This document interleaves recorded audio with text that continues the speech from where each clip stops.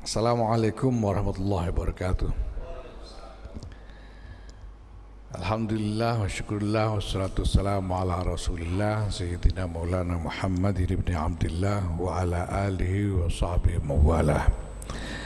Amma ba'd, yang saya hormati salah seorang tokoh sepuh Nahdlatul Ulama, Wakil Ketua Umum Kiai Haji Amin Said Husni, yang saya hormati jajaran pengurus besar Nahdlatul Ulama, ada sejumlah ketua, Gus Aizuddin Abdul Rahman, Pak Ahmad Suaidi, Pak Muhammad Faisal,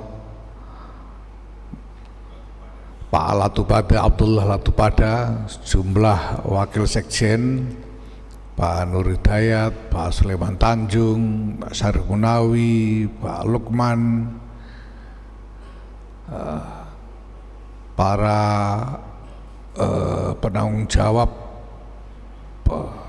pembangunan platform digital, saudara Fakih dan teman-teman, para pengampu lembaga di lingkungan PBNU yang hadir, alhamdulillah.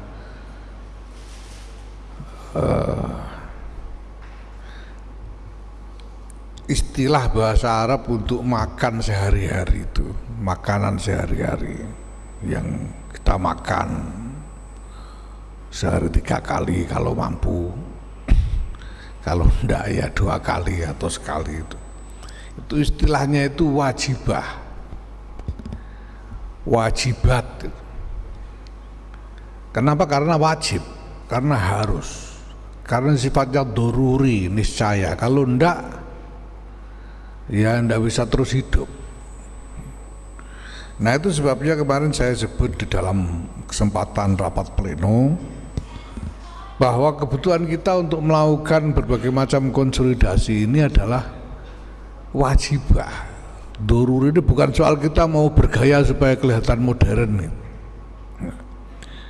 Seperti ketika kita merombak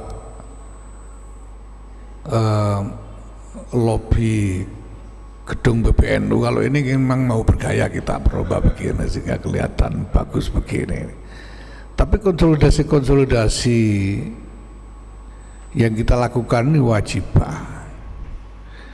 Karena ke depan tidak mungkin kita ini Jamaiyah Nahdlatul Ulama sebagai organisasi ini bisa berfungsi dengan baik tanpa melakukan konsolidasi yang wajib itu, yang sifatnya doruri semua itu. Nah, konsolidasi yang doruri yang kita butuhkan itu meliputi 3 arena. Tapi sebelumnya saya kira penting saya singgung kembali bagaimana kita memposisikan Jamaiyah Nahdlatul Ulama ini di tengah-tengah masyarakat. Semua orang tahu dan memang ini adalah kenyataan bahwa di dalam lingkungan Nahdlatul Ulama itu ada domain yang merupakan domain organisasi, ada domain komunitas. Sehingga orang menyebut NU struktural dan NU kultural. Dengan kata lain bahwa di dalam lingkungan NU ini ada jamaiyah, yaitu organisasi dengan keseluruhan strukturnya, dan jamaah, yaitu komunitas yang tersebar begitu luas di dalam masyarakat. Nah, bagaimana kita harus memposisikan jamaiyah ini di hadapan jamaah? Dulu ada pemikiran bahwa ini jamaah ini harus dijamiahkan semua. Ada pemikiran begitu dulu. Dan pemikiran ini cukup kuat sebagai wacana di lingkungan para aktivis Nahdlatul Ulama. Artinya ini jamaah ini diorganisir supaya menjadi semuanya jadi struktural, gitu maksudnya itu. Jadi menjamiyahkan jamaah itu kan dengan kata lain yang kultural itu dikelola sedemikian rupa sehingga semua menjadi struktural. Dulu pemikirannya begitu. Dan ini pemikiran yang sudah sejak sangat lama, sejak zaman Gus Dur. Saudara-saudara ingat pada waktu pembukaan konferensi besar di Jogja, Kombes dan Munas di Jogja, ada Mu'idhah Hasanah dari Mustasyar PBNU Kiai Ahmad Mustafa Bisri, dan beliau menceritakan bahwa pada zaman Gus Dur itu ada NU dihadapkan pada dua tantangan. Yang pertama, apakah akan melakukan transformasi pemikiran lebih dahulu, jadi membuka wawasan NU terlebih dahulu, atau menata organisasi dahulu. Jadi dulu begitu sejak zaman Gus Dur itu. Nah, kemudian Kiai Ahmad Mustafa Bisri mengatakan ternyata yang dominan adalah mendahulukan agenda membuka wawasan NU. Nah, yang dimaksud dengan menata organisasi yang diceritakan oleh Kiai Ahmad Mustafa Bisri itu ya gagasan menjamiyahkan jamaah itu.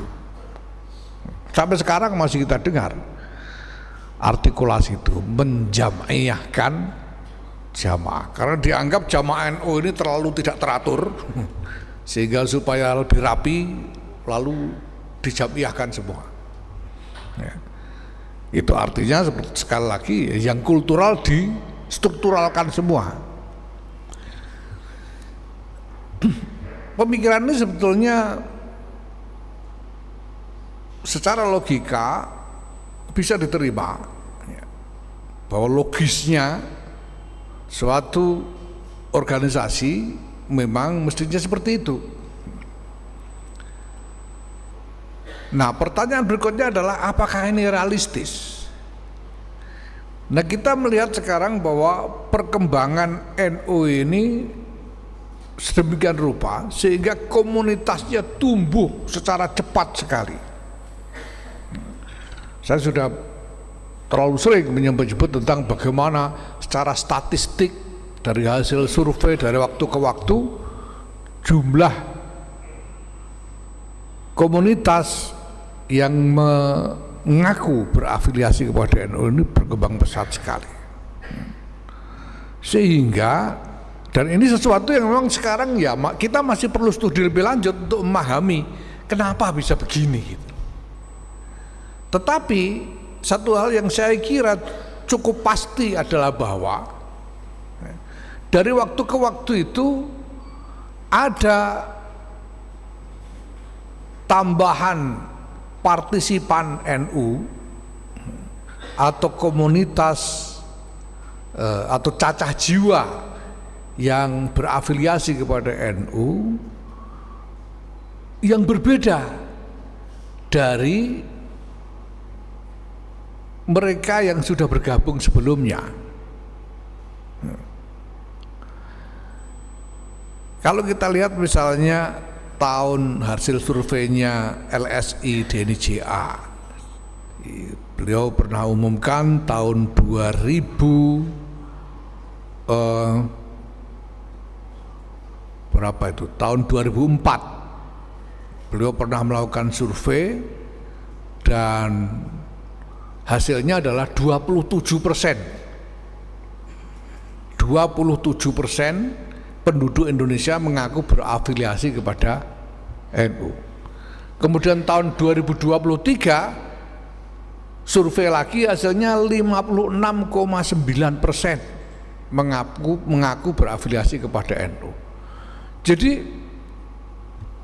dari survei ini saja, dari hasil yang disebutkan oleh LSI ini, kita tahu ada penambahan lebih 2 kali lipat orang yang bergabung dengan NU mulai 2004 sampai 2023 itu. 2004 itu saja sudah tambahan signifikan sekali, karena kalau kita pakai hasil pemilu tahun 55, NU itu cuma dapat 18%. 2004 sudah 27%, 2023 dalam waktu berapa tahun? 19 tahun bertambah lebih dari 2 kali lipat, 56,9%. Nah, yang terpikir ke saya ini kan, lalu orang yang bergabung dengan NU sejak 2004 sampai 2023 itu orang NU potongan kayak apa? Sudah pasti potongannya beda. Ya. Wong yang sudah bergabung sejak lama aja potongannya berubah. Kayak Hamzah ini sudah mondok sejak tahun 90-an, sekarang potongannya beda dengan waktu dia mondok dulu. Orang yang sudah lama NO-nya itu potongannya berubah, apalagi yang baru bergabung ini pasti tidak bisa kita pakai stereotip. Ya, yang sama itu tidak bisa. Jadi misalnya kalau dulu dibilang NO kaum sarungan, sekarang tidak lagi, ketua umumnya aja katoan terus kok. Nah, apa namanya? Ini adalah tren yang harus kita perhatikan. Nah, maka kembali kepada pertanyaan, apakah realistis menjam'iyahkan jamaah? Ya. Nah, melihat tren seperti ini, kita bisa dengan mudah mengatakan bahwa itu tidak realistis.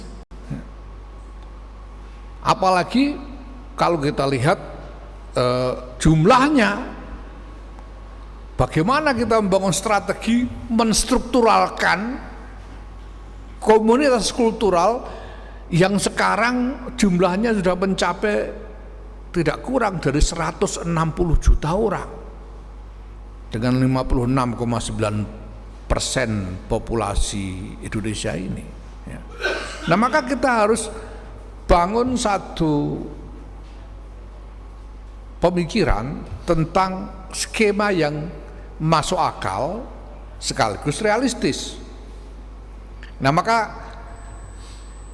sejak awal saya sudah sampaikan, saya menawarkan skema untuk menjadikan jam'iyah ini, ya, jam'iyahnya ini, yang struktur ini sebagai semacam pemerintahan, sehingga hubungan antara struktur dengan kultur, dengan komunitas, ya, antara jam'iyah dengan jamaah ini adalah hubungan seperti itu seolah-olah. Seolah-olah itu artinya tasabuh. Ya. Tasabuh itu ya bukan gitu. Jadi jam'iyah ini bukan pemerintah, tapi seperti pemerintah di depan rakyatnya, yaitu jamaah tadi.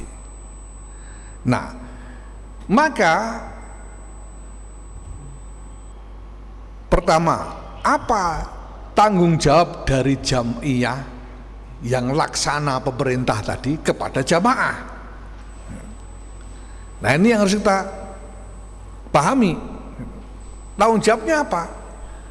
Tanggung jawabnya saya kira juga tasabuh dengan tanggung jawab pemerintah suatu negara kepada rakyat, yaitu tanggung jawab melayani. Sebagaimana kaidah tasarruful imam manutun bimaslahatir ra'iyah, tanggung jawab melayani. Nah, karena itu saudara sekalian,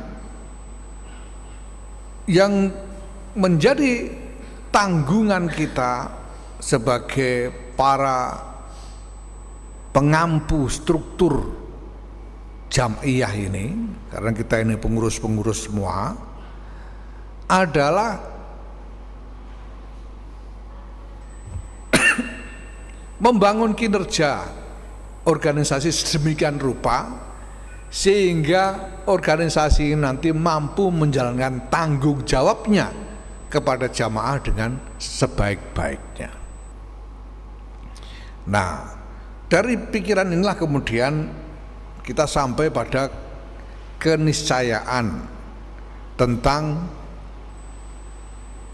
kebutuhan akan konsolidasi jamaiyah,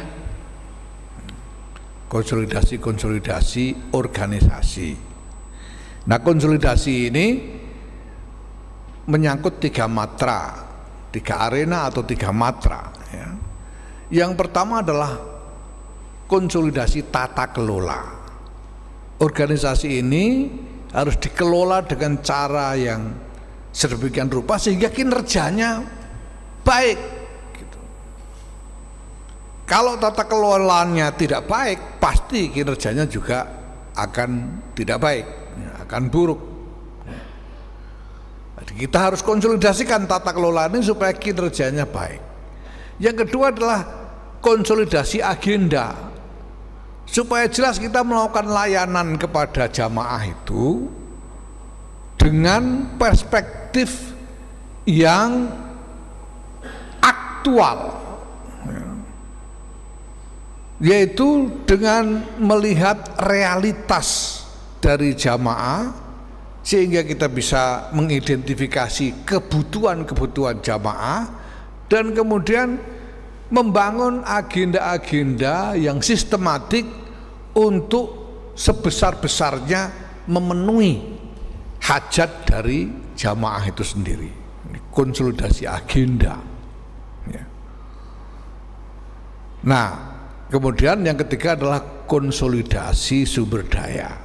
Konsolidasi sumber daya. Sumber daya itu menyangkut sumber daya manusia dan sumber daya waktu.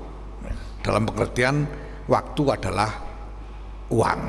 Jadi ada sumber daya manusia dan sumber daya pembiayaan organisasi, karena organisasi butuh biaya. Ini harus dikonsolidasikan. Nah, konsolidasi sumber daya ini kita tempuh dengan pertama pembangunan sistem pelatihan kader untuk meningkatkan kapasitas dari para pengampu organisasi ya. Untuk sumber daya pembiayaan kita melakukan langkah-langkah menuju tersedianya sumber-sumber pembiayaan yang independen dan lumintu ya. Jadi kita butuh sumber pembiayaan yang independen. Maksudnya independen itu apa? Ya uang yang kita bikin sendiri dan kita pakai sendiri semau-mau kita, itu namanya independen ya. Kita harus punya itu.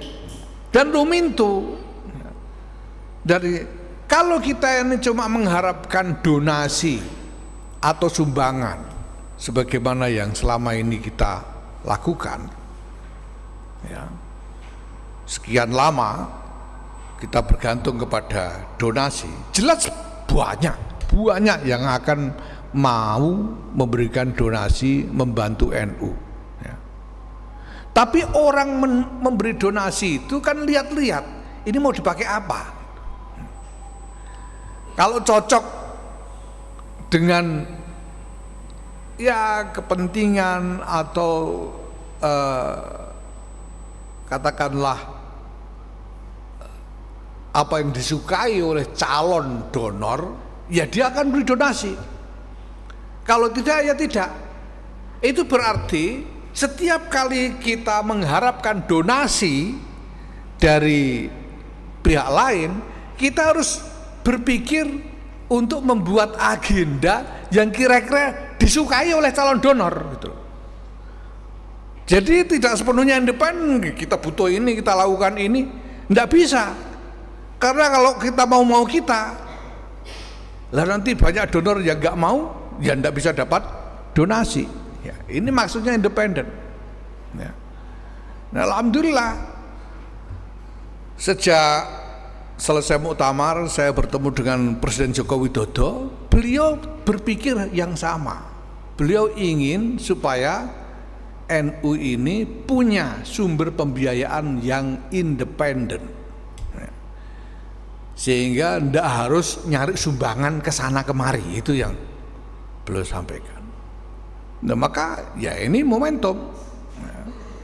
Nah, dengan beliau lakukan dalam konteks kebijakan dengan membuka kesempatan kepada ormas-ormas untuk mendapatkan konsesi tambang. Ya kita sambut, seperti saya bilang, kita mau karena kita butuh. Soal bagaimana dampaknya dan lain-lain nanti kita kelola, tapi jelas kita butuh sumber pembiayaan yang independen. Apalagi kita punya tanggungan untuk memberikan layanan kepada jamaah yang begitu besar jumlahnya dan begitu luas sebarannya di seluruh Indonesia ini. Tidak mungkin kita melakukan kegiatan kecil-kecilan untuk memberikan pelayanan bagi jamaah yang begitu luas ini. Semua program kita nanti ukurannya, skalanya pasti akan luas sekali dan akan membutuhkan dukungan pembiayaan yang besar. Nah, dan dukungan itu harus sustainable. Makanya tidak sekedar ngasih uang gitu. Mungkin sebetulnya Pak Jokowi sebagai presiden dalam posisi untuk manggil orang-orang kaya, udah sekarang iuran kasihkan ke NU misalnya. Mungkin beliau dalam posisi itu. Tapi kalau cuma diberi uang begitu saja, itu namanya tidak lumintu, tidak sustainable.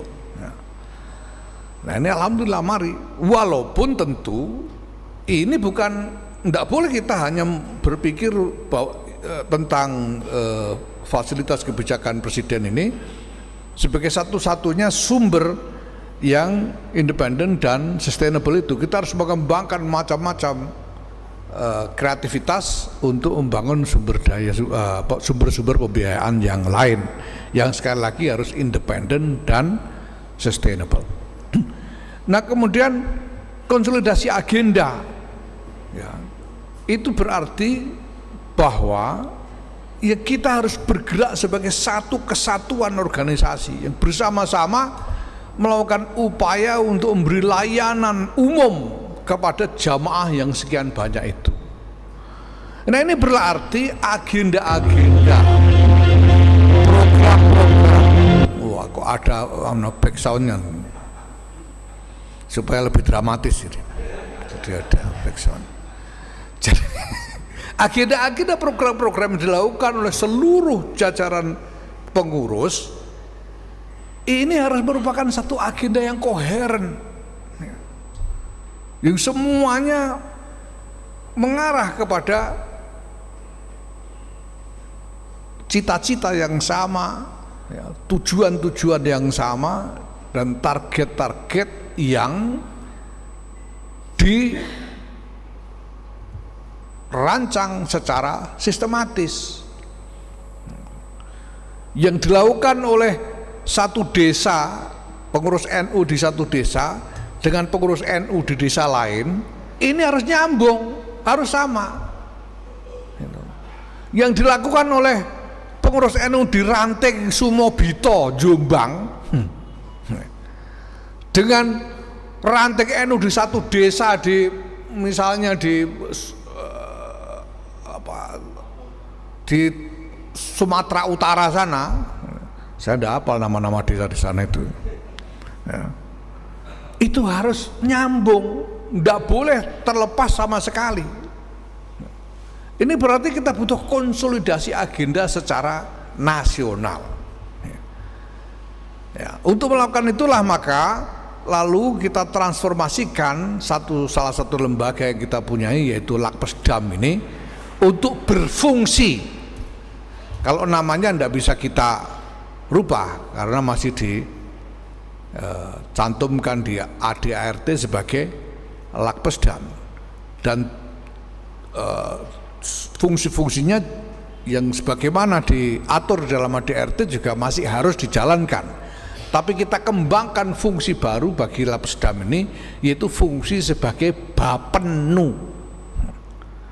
Bapenu itu Badan Perencanaan Pembangunan Nasional NU. Nah, alhamdulillah kemarin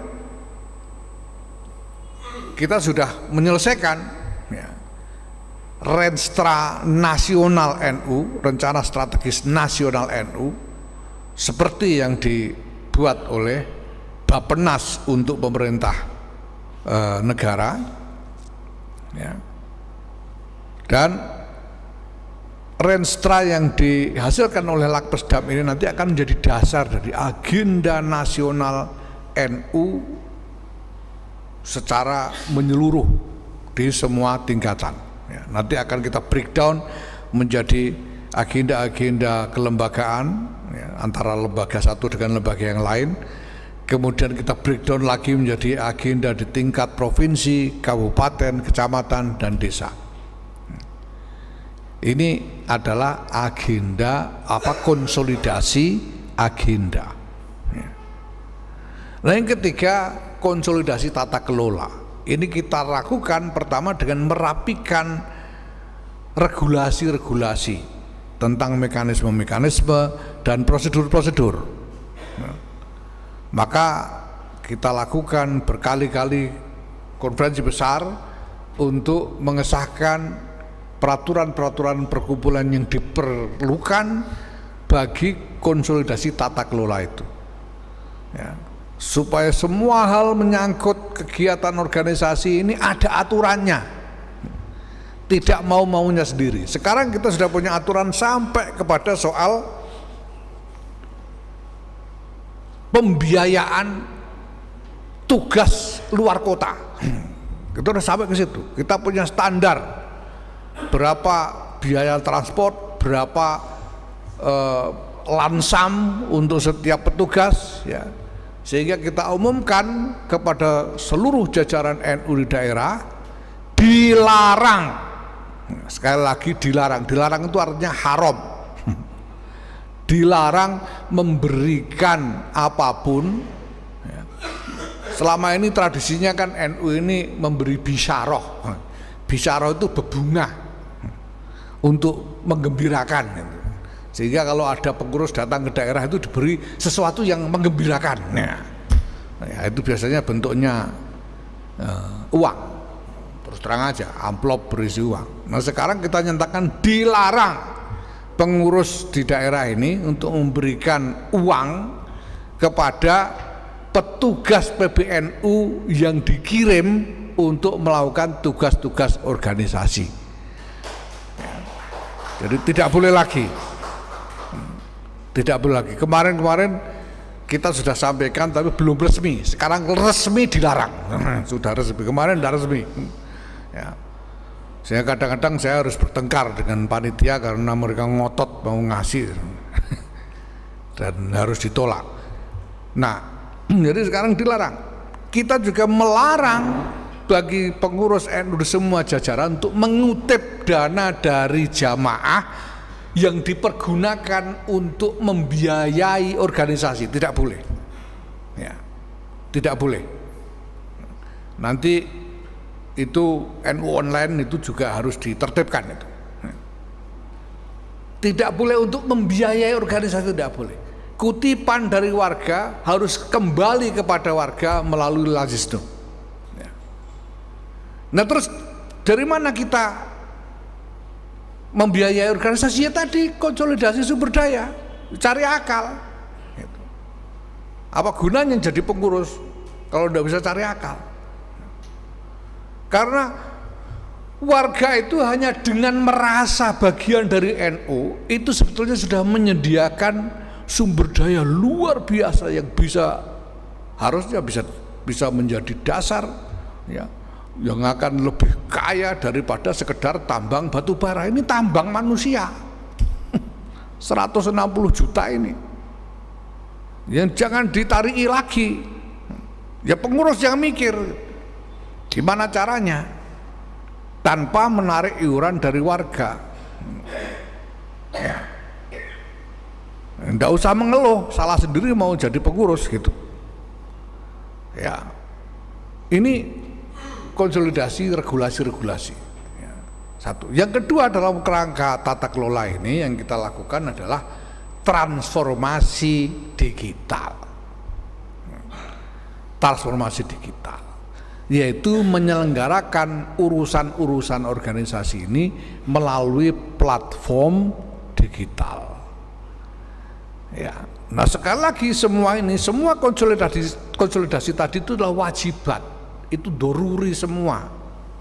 Kita bukannya mau sekedar supaya kelihatan modern, enggak. Butuh kita ini sudah. Ini kayak orang lapar butuh makan. Ini bukan aksesori. Kalau ini kita tidak lakukan, kita bisa mengalami disfungsi. Organisasi ini bisa rusak fungsinya kalau wajibat ini tidak kita lakukan. Maka transformasi digital ini termasuk wajibat. Ini harus dilakukan. Kalau enggak, kita akan mengalami disfungsi.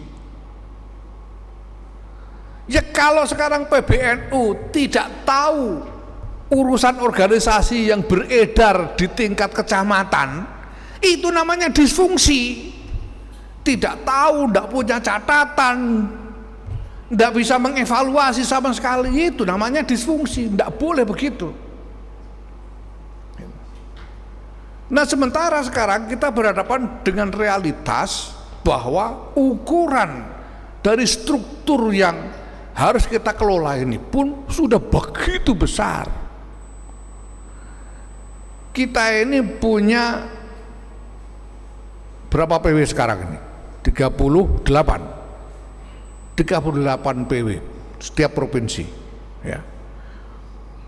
PC itu 548 kalau tidak salah PCNU. MWC mestinya ya, yang ada yang bolong-bolong ya, kalau sesuai dengan jumlah kecamatan seluruh Indonesia itu lebih dari 7.000 kecamatan, 7.000 sekian ratus. Ranting, karena kita harus punya ranting di desa seluruh Indonesia ini, itu lebih dari 81.000 desa di seluruh Indonesia. Ini skala yang besar sekali. Nah menghadapi skala urusan yang begini besar ini tidak mungkin, sekali lagi tidak mungkin kita bisa mengelola dengan baik kecuali melalui platform digital. Ini satu-satunya cara. Ini doruri sudah. Kalau kita gagal melakukan ini, risikonya adalah disfungsi organisasi. Kalau organisasi disfungsi, tanggung jawabnya juga disfungsi. Itu berarti organisasi tidak mampu menjalankan tanggung jawabnya. Ya. Ya. Kalau organisasi tidak bisa menjalankan tanggung jawab, berarti pengurusnya yang jadi pengurus itu juga tidak becus. Lah masalahnya, persoalannya buat kita semua ini yang jadi pengurus semua ini semua itu nanti ditanyakan di yaumil hisab, itu masalah kita. Dan kita sudah terlanjur bayak tuh, sudah bayak tuh ya. Sudah bayat semua. Itu nanti pasti ditanya di yaumil hisab. Kalau tidak ada pertanyaan di yaumil hisab ya kita bisa lebih santai kita ya. Kalau perkumpulan yang cuma hehehe mungkin nggak ada hisabnya lah mungkin ya. Tapi NU ini jelas semuanya didasarkan kita melakukan semua ini karena iman. Kita berbaiat karena iman, dan kita menjalankan tugas dalam kerangka iman memenuhi apa yang wajib. Wajib itu kalau dalam syariat itu kalau dilakukan dapat pahala, kalau ditinggalkan dosa. Karena kita sudah terlanjur mau jadi pengurus, mau dibaiat, maka semua ini jadi wajib. Jadi pengurus itu tidak wajib gitu. Kalau ini teman-teman kemarin nolak nggak mau saya, itu nggak dosa sebetulnya. Karena nggak wajib jadi pengurus NU itu. Tapi kalau sudah mau, nah ini jadi kewajiban pekerjaan, tanggung jawab ini semua jadi kewajiban. Nah ini beban kita semua. Nah karena ini merupakan beban yang bukan hanya tanggungan dunia tapi juga tanggungan akhirat, ya kita tidak punya pilihan.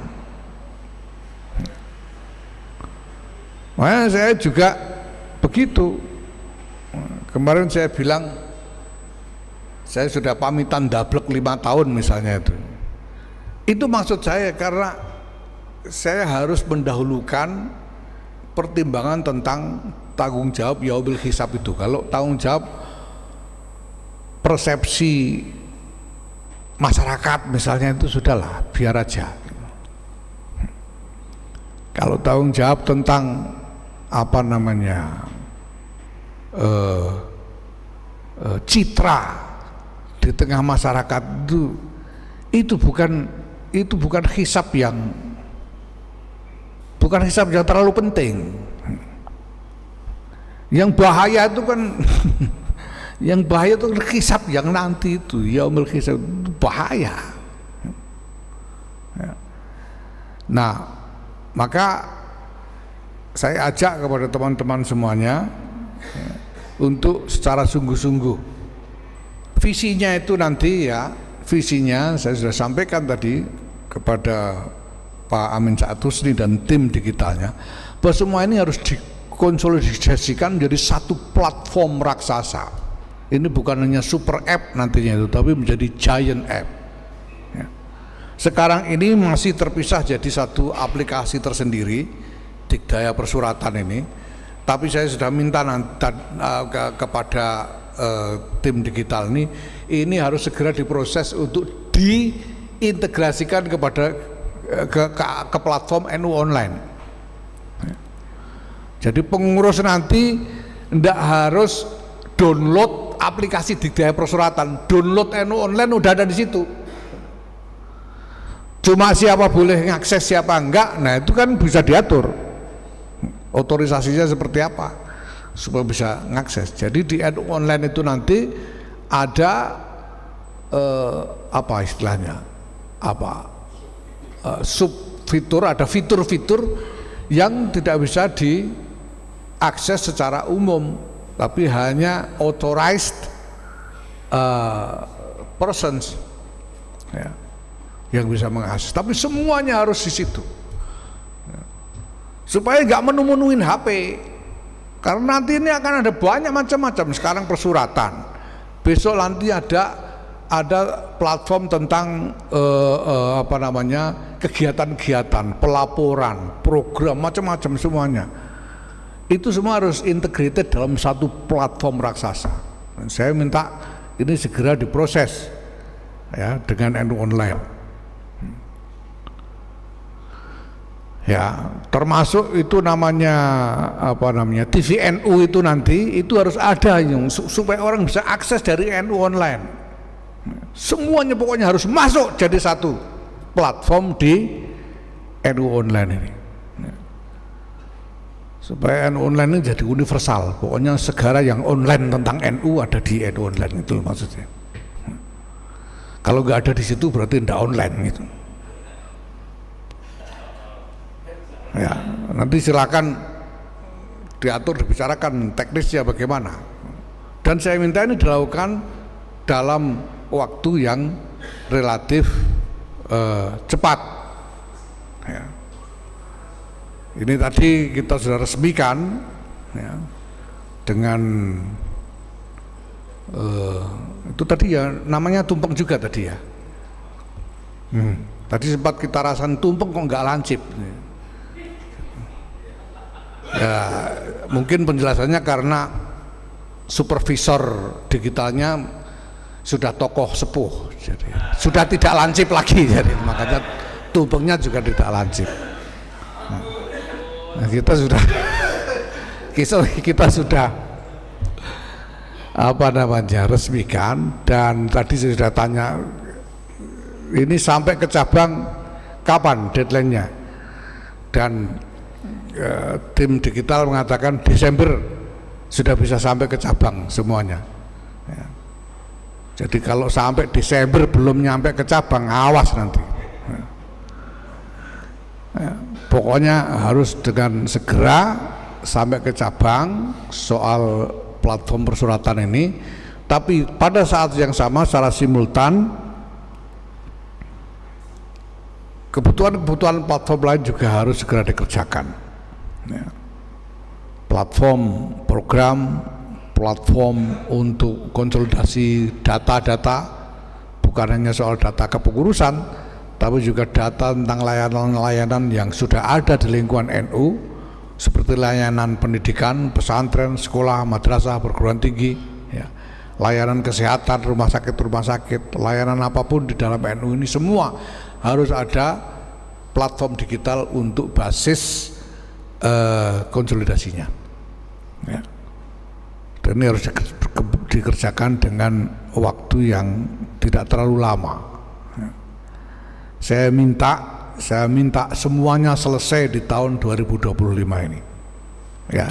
Tim teknis, tim digital sanggup ya, udah sanggup ini, catat ini Rokib Atid ini 2025 semuanya, semua platform digital selesai. Saya tahu ini membutuhkan investasi yang cukup besar, tapi saya sudah tanting-tantingan juga, sudah bicara dengan bendara umum gitu. Siap nggak investasi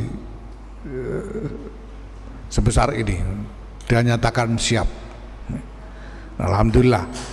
Mari kita kerjakan semua ini bukan apa-apa, bukan demi apa-apa, bukan demi apa-apa, supaya kita nanti nggak dikeplai malaikat waktu dihisab itu loh,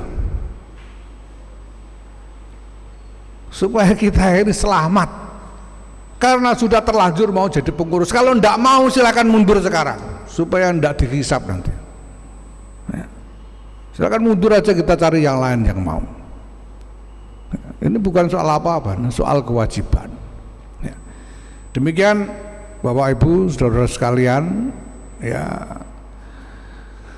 tidak ada yang kita harap selain pertolongan, bimbingan, perlindungan, kekuatan dari Allah Subhanahu wa taala. Semoga kita bisa menjalankan kewajiban-kewajiban kita dengan sebaik-baiknya. La haula wala quwwata illa billahil aliyyil azim. Wallahul muwaffiq ila aqwamit thoriq. Wassalamualaikum warahmatullahi wabarakatuh.